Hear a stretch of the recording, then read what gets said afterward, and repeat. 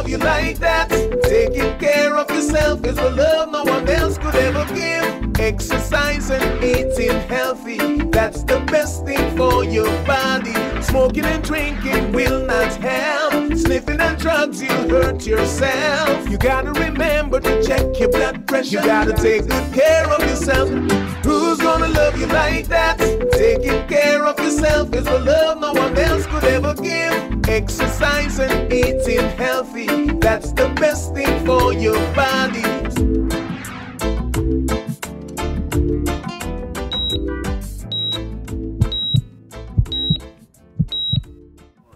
In with this week's edition of Health Matters, I am your host, Shavini Nisbet, Health Educator at the Health Promotion Unit. For the first quarter of this year, we had quite a few activities and events going on for health. So what I'm going to do is I'm going to give you a flashback of what took place this first quarter. Then, after the shows have been shown on the TV, we're going to go to the streets of Charlestown, where we're going to be quizzing the citizens of NEvis as they walk the streets of Charlestown, and whoever gives the right answer gets a prize from the Health Promotion Unit. So take a look at what took place for the first quarter of this year, and remember to pay attention so you can answer your questions. For the first quarter of this year, we at the Ministry of Health saw an increase in the number of gastroenteritis cases. To shed some light on what gastroenteritis is and the dangers of contracting the virus, I spoke to Dr. Nisbet, the Medical Officer of Health, who gave us a little insight on gastroenteritis and the different ways to prevent the virus. Now, gastroenteritis is an inflammation and irritation of the gastrointestinal tract. Now, the gastrointestinal tract starts at the mouth and ends at the anus. So it's irritation and inflammation of this tract, and this results in diarrhea usually and vomiting. Now, gastroenteritis has many causes, okay? So diarrhea and vomiting has many causes. So it could be bacterial, could be parasitic.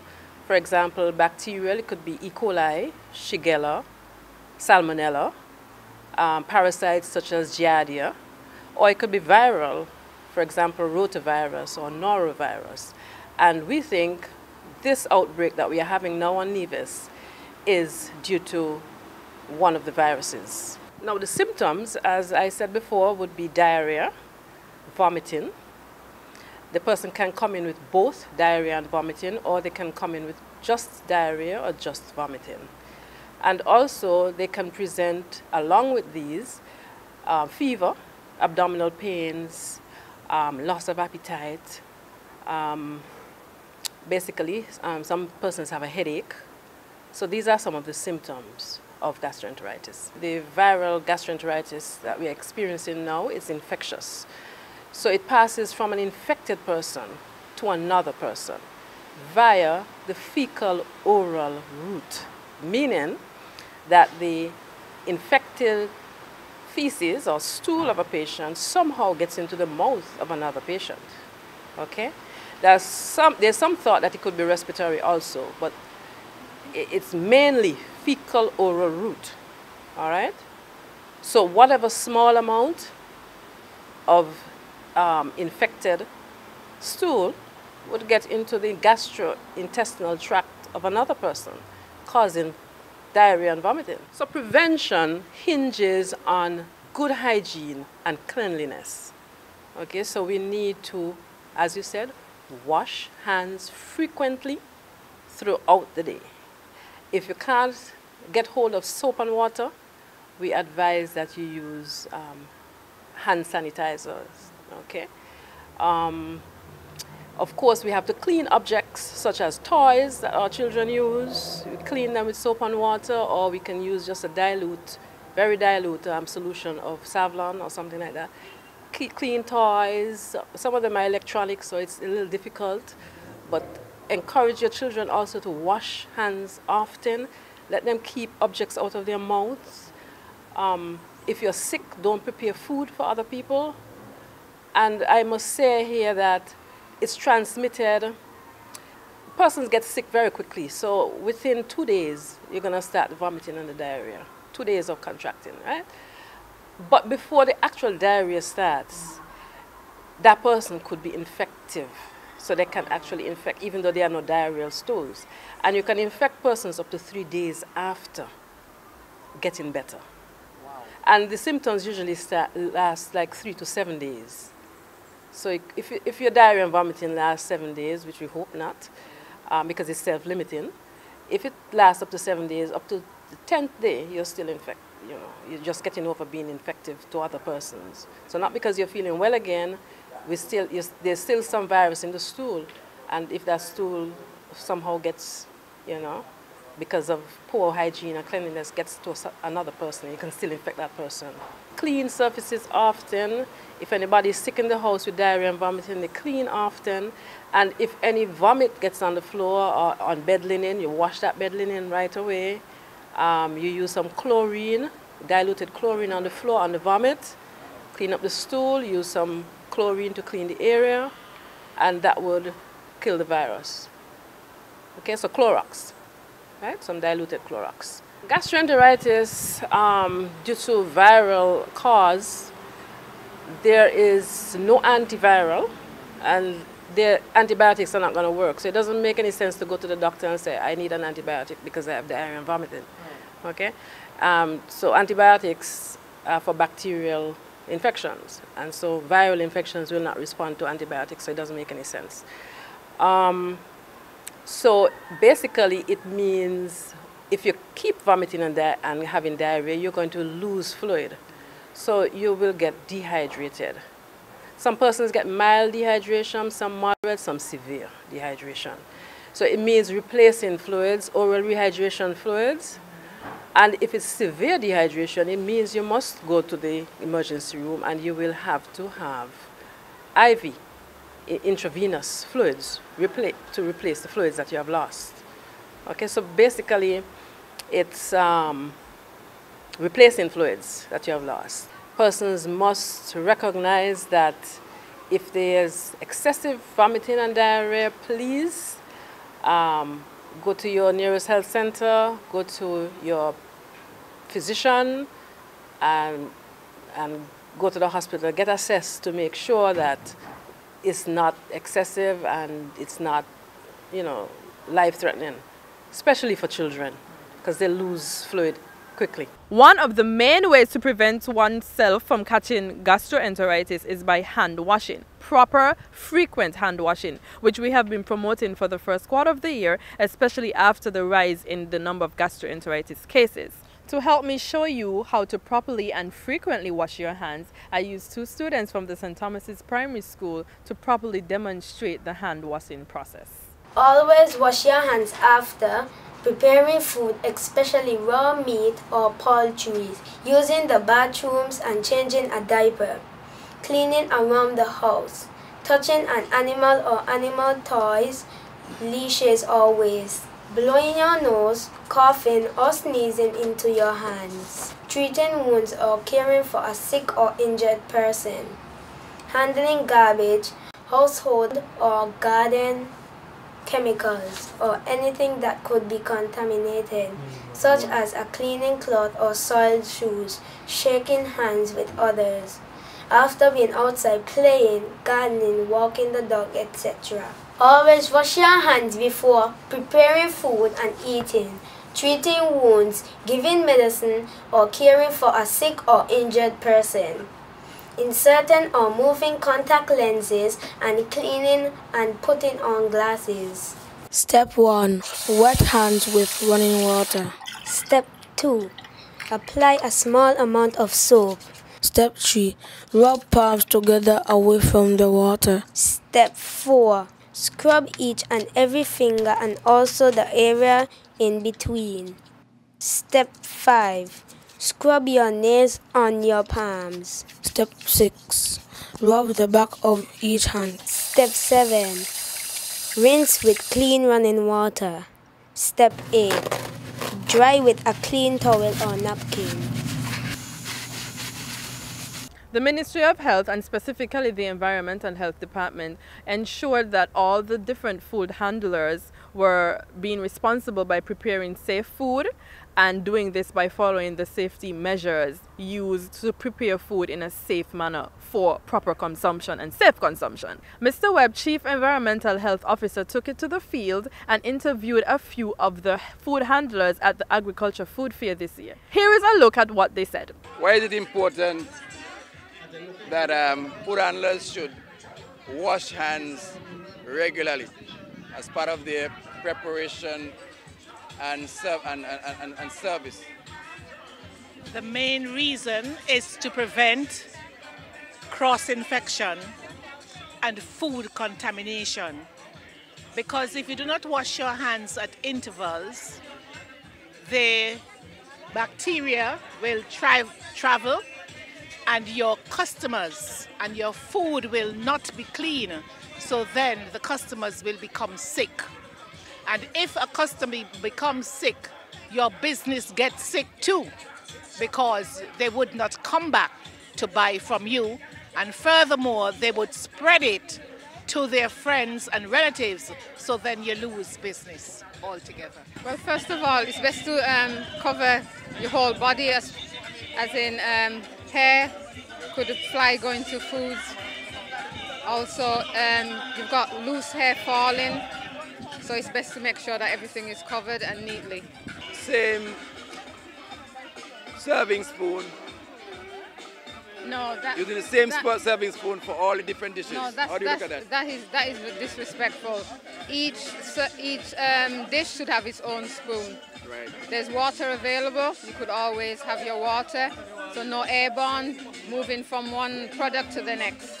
That's very dangerous, especially in the warm weather as well. Very well. It is important that we do not promote cross-contamination, taking organism from one food into the next. Of course, always, most importantly, keep food separately, keep raw from cooked. In this preparation, I didn't have any raw foods, but of course, I kept everything separate that I needed. Kept things at proper temperature. Everything here is kept cold. There's no heating up or anything like that I need to worry about for this preparation here. Always use soap, hand soap, and hot water as hot as you can stand it. And definitely rub your hands together very vigorously. If you want, you could sing the happy birthday song, or you could count to 30.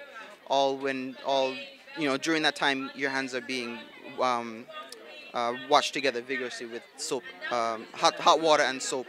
And if you're in some instances, that you may come upon, if after you wash your hands and then you have to say touch raw meats or fish or chicken, if available, use gloves, okay? And also be wary of your work surroundings. Make sure you're not, spilling blood or beef blood, chicken blood, things like that all over the area, especially even your clothes, because you can contaminate other things like that just from things getting onto your clothes.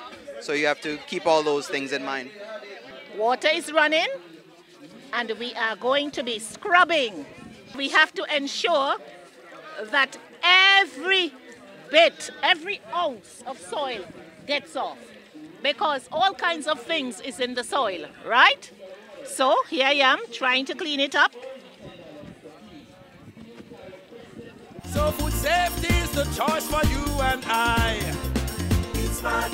Yeah, boy. Be safe. All you hear that? Be safe, safe, safe, safe. As I said earlier, the theme was from farm to plate, make food safe. We therefore went into the farm and did some interviews, because food comes from the farm to the plate. We interviewed Mr. Walcott James, who is the Chief Extension Officer at the Agriculture Department, who gave us a little insight on what it's like in the field. We also spoke to Mr. Dwight Brown, who is at the Agro-Processing Unit. We spoke to Mr. Griffin, who is at the Abattoir. And we also spoke to Ms. Brown at the Fisheries. These folks gave us some insight on how they prepare the food from the farm to the plate and how it was done safe. What we basically follow in the Department of Agriculture with the farmers is that we try to educate our farming community, our staff, our managers, our supervisors, our professionals. The whole idea is for you to deliver to the general public a product that is safe for them to consume, and also the farm. For instance, we recommend to the farmers that you're supposed to use before you use any pesticide, you're supposed to read labels, you're supposed to follow the proper recommendation so that at the end of your crop, you will be able to say that this product is safe to eat. Another aspect that we do is that we try to recommend environmentally friendly pesticide. Most of the pesticide we use presently in the island of NEvis are environmentally friendly. And those are acquired from the Department of Agriculture through the marketing division. And those are, some of them are products that come from the oils, from plants, that once you use it, they give you you could even use them at a short period between last spray, last use it, and by the time they reach to the consumer. So that is some of the things. We tell the farmers, for instance, that you have to be careful, follow the instruction, do not use so many pesticides unless it's strictly necessary. Yeah. So one of the practices that we recommend on a constant basis is basically the rotation program. Also, as a routine, we recommend the monitoring of the crop. Very often, another situation that happens, which affects not only the quality, but also the continuation of the production, is the aspect of storage. A situation that affecting us at present is that the farmers have to be harvesting the products and have to try to get rid of them as soon as possible. Or sometimes they may not have a proper storage for them to put that. That is another area of safety that we have to follow.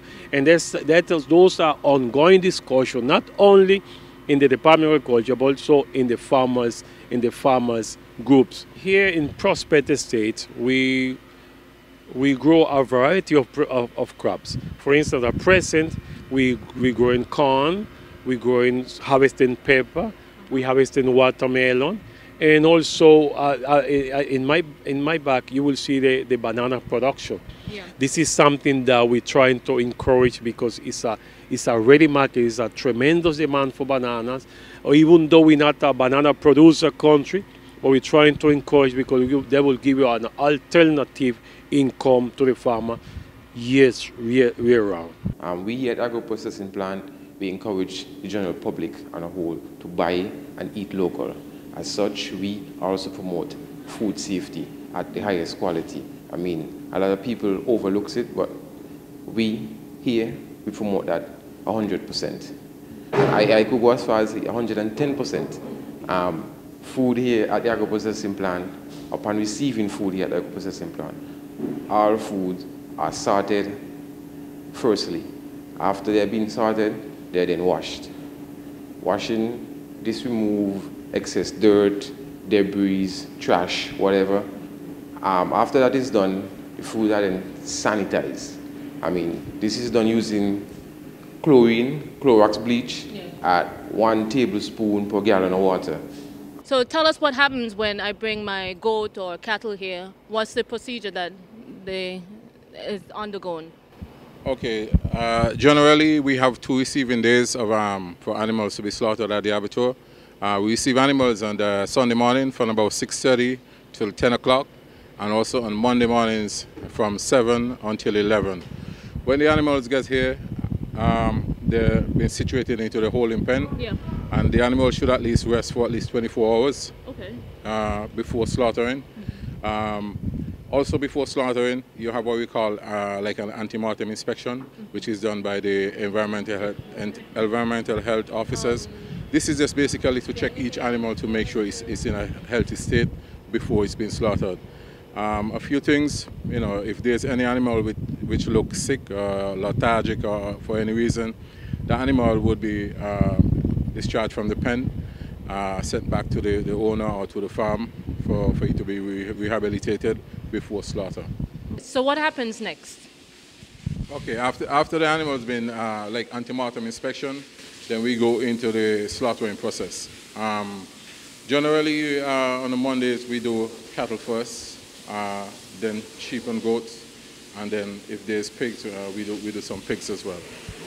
The cattle, they normally been slaughtered using a stun gun, which, and then the animal is being suspended on like on the hoist, and then the blood is being drained. You cut the throat, the blood is being drained. After the drainage of the blood, The animal is then skinned. It's placed on a trolley. Yeah. It's been skinned, and then it goes back on the hoist, and it's been hanged on these chains. And then you use this saw, which is a splitting saw, which is cut into half. Okay. After the animal has been cut into half, it's been washed and leaves suspended, slide into the chill room area. Okay.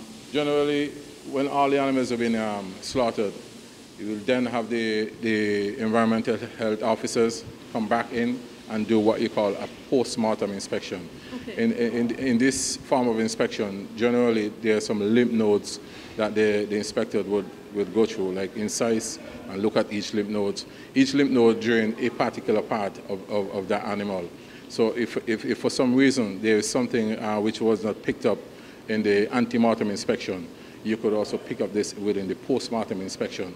But that lymph node, which during a particular area, which will maybe have some inflammation, maybe have some abscess. Mm-hmm. They also look for like internal parasites. You may find worms within the kidneys, the liver. We have different disease conditions. So the postmortem inspection is for basically so that we have a safe product for the general public. Yeah. After the postmortem inspection is done, the animals generally move to the chill room. Mm-hmm. So sometimes they will sit for maybe another evening, maybe say 12 to 24 hours, and then they've been transferred to a freezer. Good. After the animal has been inspected and passed, like I said, they move from the chill room and they come into this area, into the freezer. Most meat generally have to be frozen before cut. So we have the meat freeze, maybe 0 or below 0, and then the customers would come and then we'll cut the meat to their liking, whether they want it, whichever way, whether it's slices or dice or whatever. What temperature do you keep the freezers at? Freezer normally 0 or we freeze at 0 or minus, sometimes up to -20. Generally, I like to see 0 or minus 10, -20. The meats generally after inspection have to be washed. Yeah. Also have to be, if there's any fecal content or whatever, have to be trimmed, you know, and then washed again before they've been moved towards the freezers. In terms of equipment and machinery and so forth, we clean on a daily basis using chlorine and local soap powders and so forth. All machinery have to be dismantled, washed, sanitized, floors have to be scrubbed, and everything properly, tabletops and all the stuff must be clean and ready for next day working. Here at our sales unit at the abattoir, we do retail in terms of beef, mutton, pork, sausages, hamburgers, ground beef, smoked products, livers, tripe, pig feet, and a few other stuff. Generally, within the handling of meats, the processing of meats, safety is basically paramount. What we generally impress upon our staff is like hand washing. We generally, especially in the process of ground beef and burgers and so forth, each employee must use gloves, you know, disposable gloves, you know. And if for some reason you have to move on a particular station, you must wash your hand and have these gloves changed. We also have some white gowns that we use in the processing of these meats. These have to be washed on a daily basis as well. The whites have to remain white. So it's all about having everything clean and bacteria free for sale to the public. We bring the fish them in and we weigh them at the scale there and count to how much fish we clean or we put them on ice, count to what time they come in, we put them on ice, yeah, in that, and the next day we'll come and we take them out and we go into this stall room.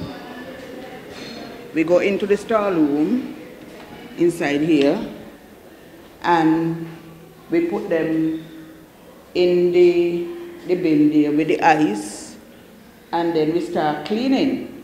When we finish clean, we put them in one of these, and we rest them here, let them drain. And when they drain, we put them in, I think I have some bags here.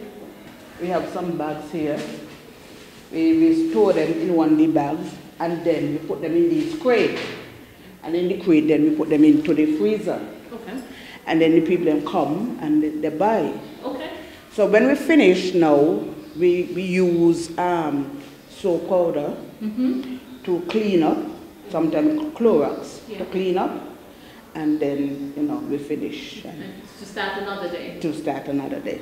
Okay, thank you. But what we just do, we just cut the back of the fish and the fin, everything. Yeah. Yeah, we keep them nice. Nice and clean. Nice and clean. And we store them in the freezer outside there. Okay, until but purchase.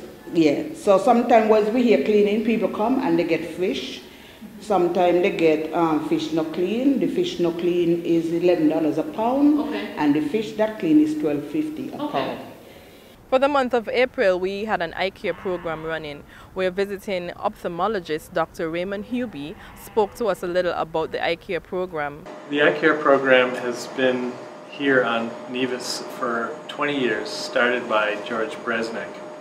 And he was careful to make it a cooperative program with the Ministry of Health here on the island. And we have benefited very greatly by working with the nurses here on the island, some of the public health nurses, and the program is working with these nurses to reach out to as many patients as we can on the island to take care of conditions such as glaucoma, cataracts, and diabetes. Most of our patients are elderly because eye problems tend to be more common in the elderly.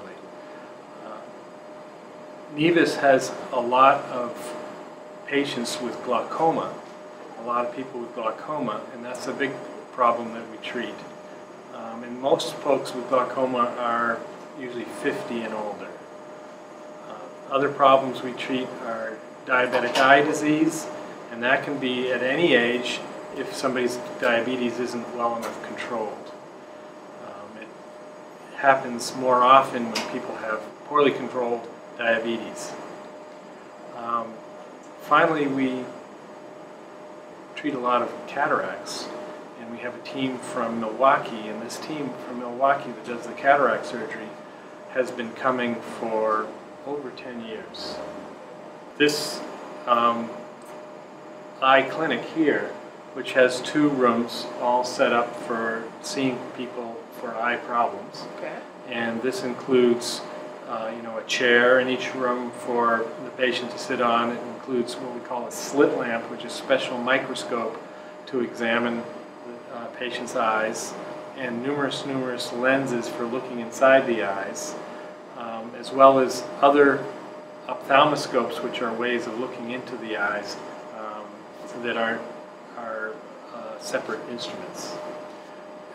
In addition to that, there's an operating room in the hospital, and in that operating room we have a microscope, for a surgical microscope, and we also have stored here equipment for doing cataract surgery, and the kind of cataract surgery we do uses ultrasound and suction, and is the most up-to-date way of doing cataracts. And the surgical team from Milwaukee brings most of the extra equipment they need each time they come. But some of the equipment resides right here. Finally, we have numerous lasers. We have 4 different lasers for treating things like diabetes, diabetic eye disease, for treating something we call capsular opacity, which happens after cataract surgery. The membrane behind the implant lens becomes cloudy, and that laser treats that. And we just got a new laser that I brought down with me this time, and it's called an SLT laser, and it's specifically for treating glaucoma. Thank you for bringing that with you. I'm sure it's useful. By the way, that was donated by the Four Seasons Homeowners Foundation. Wow. Anybody who has diabetes should come and see us. Okay. And they should also go and speak to Nurse Daniel to get that arranged. I'd say anybody who has a family history of glaucoma should have their eyes checked every so often. Anybody who's got vision that's getting blurry, it's not correctable by glasses, should talk to see if they can get their eyes checked. That could be cataracts or any other number of other things wrong with the eyes. And finally, if anybody has pain or light sensitivity or other problems with the eyes, we can also take a look. Certainly, if you're somebody who spends a lot of time in the outdoors, especially if you do that for your work, wearing sunglasses is really important, because otherwise you might get these growths on the surface of the eye called pterygiums. And so too much sun can also cause cataracts too. So using sunglasses is really important for people who spend a lot of time outdoors. Secondly, folks that do more dangerous work outdoors, like weed whacking and hammering nails and general construction, wearing safety glasses would be really important. And that was this week's edition of Health Matters. I hope you were paying attention and you learned a lot, so when I catch you on the streets of Charleston and I ask you a question, you can answer it and win a prize from the Ministry of Health. Thank you for watching. I am Shavani Nisbet, Health Educator at the Health Promotion Unit. The fruit of the week is tamarind. I know it's sour, but tamarind is a high source of vitamin C, so have a few tamarinds every day this week. Or if it's too much for you, drink some tamarind juice.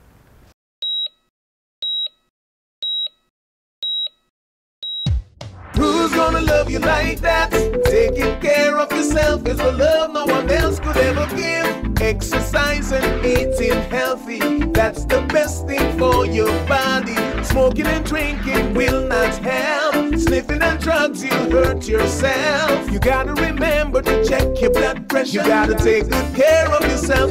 Who's gonna love you like that? Taking care of yourself is the love no one else could ever give. Exercise and eating healthy, that's the best thing for your body.